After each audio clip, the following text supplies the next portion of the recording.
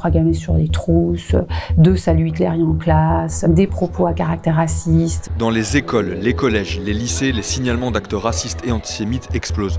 Vous nous révélez que l'Éducation nationale a recensé 3600 actes racistes et antisémites dans les écoles. C'est près de 3 fois plus en un an par rapport à l'année précédente. Les écoles, collèges, lycées ont remonté 1670 actes antisémites contre 400 l'année précédente. J'ai voulu comprendre ce qui se cache derrière ces chiffres très inquiétants. Qu'est-ce qu'ils signifient et comment ils se matérialisent dans les écoles. Avec Margot Gable, on s'est rendu dans un collège. On a rencontré la principale de l'établissement. Moi, je rigole pas avec ça.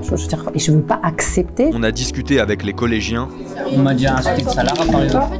Et puis on a échangé avec d'autres professionnels d'éducation. On a eu des insultes sur les Arabes, on a eu des imitations de bruit de singe en classe. L'idée de cette vidéo, c'est de mesurer l'ampleur du problème des actes racistes et antisémites dans les établissements scolaires. On a interagi, on a sensibilisé plus de 12 000 jeunes. La grande majorité, c'est des enfants qui sont bienveillants, qui sont tolérants, qui sont curieux. Et de comprendre d'où peut venir la libération des paroles et des actes discriminatoires. On a cette fachosphère sur Internet qui est extrêmement puissante.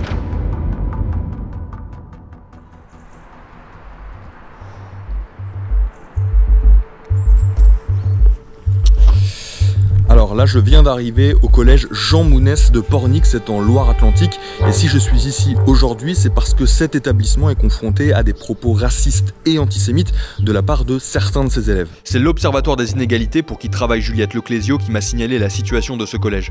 Comme 250 autres établissements scolaires en France, le collège Jean Mounès a fait appel à l'Observatoire pour qu'il vienne donner un atelier de sensibilisation aux discriminations à toutes les classes de 3e. La plupart du temps, quand même, les profs, ils nous appellent pour faire un petit rappel des théories qu'ils abordent en classe. On a certaines demandes spécifiques liées à des problématiques de l'établissement, mais nous, on ne prétend pas aussi donner des solutions à ces problématiques-là.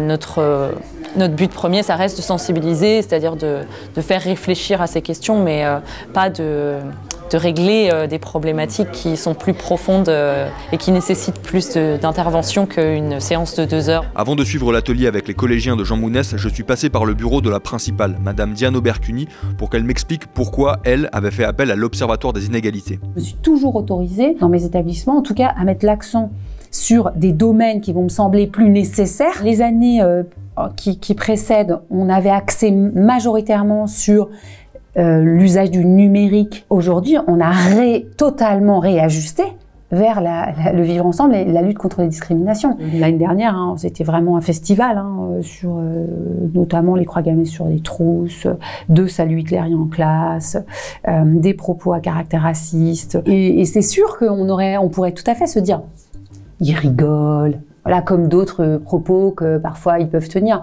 Moi, je rigole pas avec ça. Et je veux pas accepter. Je ne veux que dans l'esprit de aucun de mes élèves, il y ait le moindre doute sur la tolérance que les adultes vont avoir par rapport à ça. Ces comportements ont entraîné des journées d'exclusion temporaire et des conseils de discipline. Mais en plus du punitif, la principale du collège tient à faire de la sensibilisation. C'est la mission qu'elle a donnée à l'Observatoire des inégalités. Juliette commence toujours son atelier par un temps d'échange. Est-ce que vous avez déjà entendu parler du mot inégalité, vous? Oui. Ouais? Et alors, est-ce que vous pouvez me dire dans quel contexte vous en avez entendu parler? Le salaire des femmes, ouais. Après l'échange sur les différentes inégalités, Juliette présente l'objet avec lequel les collégiens vont poursuivre l'atelier, le Monopoly des inégalités. Le but du jeu est le même qu'au Monopoly original, mais ici les joueurs incarnent des personnages, Mohamed, Louise, Tom, chacun d'entre eux a des avantages et des inconvénients dans la partie. Mais tiens, je te donne 20 parce que... Mais qu'est-ce que tu fais? Arrête, tu passes ça là. Non, y a pas de... T'as pas le droit d'être généreux. C'est vrai, tu vas... En passant dans les différents groupes pour suivre les parties des collégiens et écouter leurs réactions, j'ai entendu assez rapidement des propos insultants. Et puis j'ai rencontré Lounès, il m'a expliqué avoir déjà été confronté lui-même à des propos racistes au sein du collège. On m'a dit insulte Salara par exemple. En fait, au lieu de rouler raciste, tu roules à 4. C'est quelque chose de régulier. Non, ça va. Ça arrive de temps en temps, mais... Après l'atelier, j'ai demandé à Lounès s'il était d'accord de revenir un peu plus en détail sur les insultes qu'il a subies au sein de son collège. Ici, il y a beaucoup, ils font aussi beaucoup d'humour là-dessus. Et moi, je sais que j'ai déjà été insulté. C'était pas de l'humour, mais après, quand c'est de l'humour, je sais pas, je m'en fiche un peu. C'est quoi le genre d'insulte? Par exemple, c'est des sales arabes. Quand c'est de l'humour, c'est que c'est mes potes. Et quand on me dit ça à l'arabe et que je sais pas, t'es pas mon ami, bah je le prends comme si c'était vraiment ça, enfin comme si t'étais sérieux.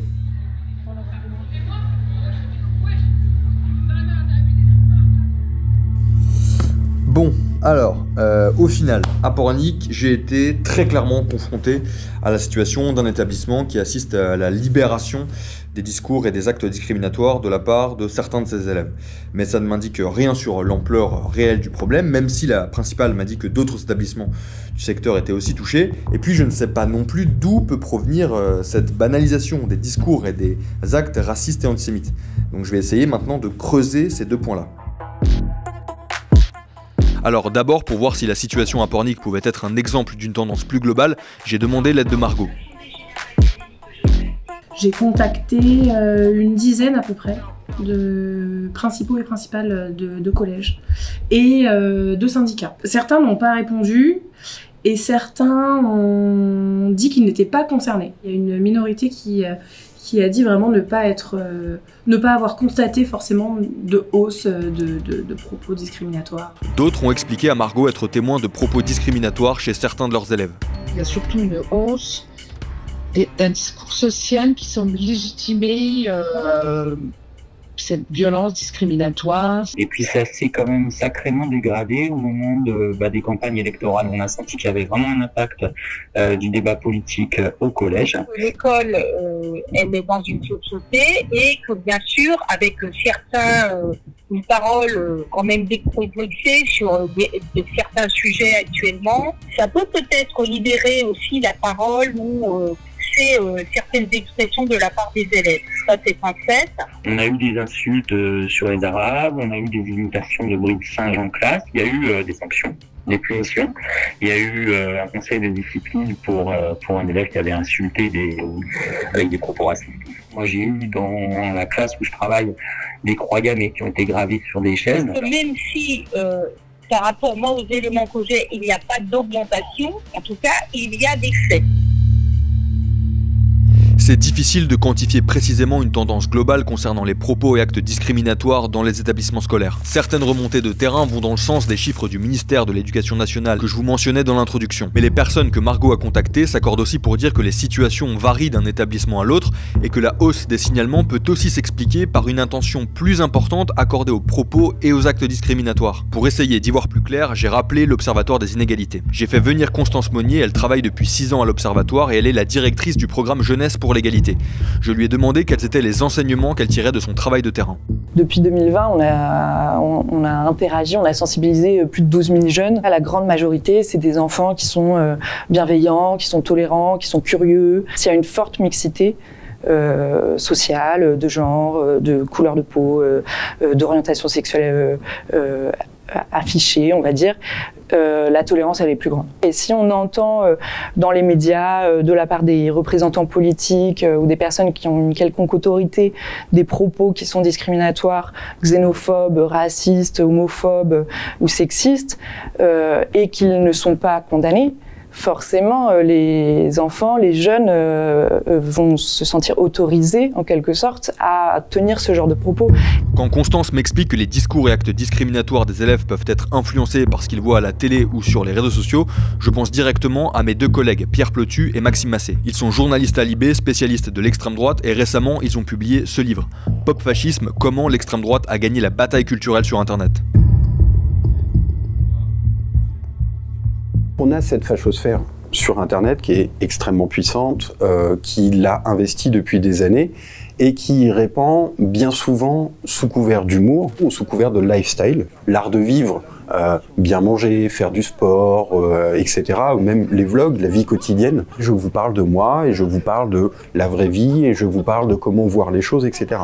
Tout ça, c'est éminemment politique et qui va jusqu'à sa composante électorale. L'exemple, je pense, le plus parlant, c'est Jordan Bardella et son compte TikTok. L'essentiel de son contenu, c'est plutôt je mange des bonbons, je me déplace, je dis bonjour, machin. Enfin, on est sur du vlog. Et donc, Jordan Bardella, pour toute une partie de cette jeunesse qui n'est pas forcément très politisée, qui n'est pas forcément consciente du fait qu'elle est manipulée dans le sens où on lui sert les codes à même de pouvoir capter son intention, ne va pas voir en Jordan Bardella un homme politique, mais un influenceur. Sur l'influence des contenus politiques des réseaux sociaux sur les jeunes, Pierre a aussi voulu me parler d'un point qui inquiète les services de renseignement intérieur. C'est le rajeunissement des personnes surveillées dans des affaires liées au terrorisme d'extrême droite. De plus en plus, il y a des gens lambda qui se retrouvent à être confrontés à une propagande extrêmement violente, extrêmement raciste, qui nous explique qu'à un moment donné, il y a des gens qui viennent dans ce pays nous envahir et nous tuer.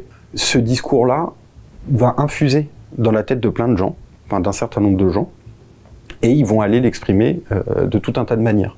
Et à l'intérieur de ce spectre d'expression de leur radicalité, on va retrouver le terrorisme. Il y a un continuum. Est-ce que l'électoral et le terroriste sont liés? C'est pas la question.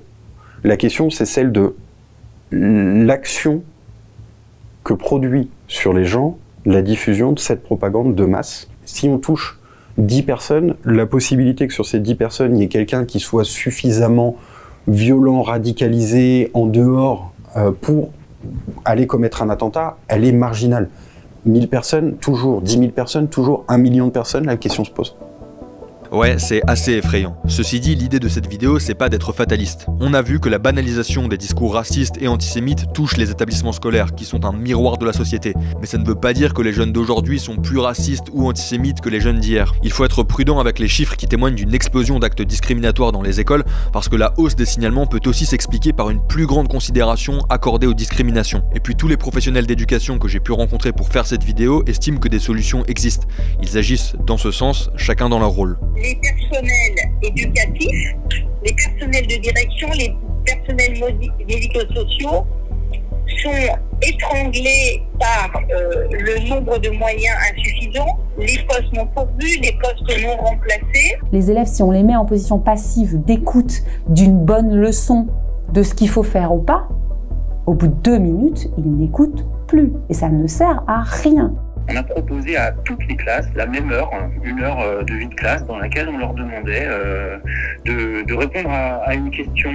La question c'était « Et toi, sur une île déserte, qu'est-ce qui te paraît important pour réussir à vivre tous ensemble durablement ?» La solution principale, c'est d'en parler, c'est de sensibiliser, c'est de discuter, de comprendre et de se mettre à la place des autres pour travailler sur justement cette tolérance à l'autre. Le postulat que l'on fait, c'est que tout ça, ça contribue à les faire grandir. Et les faire grandir bien.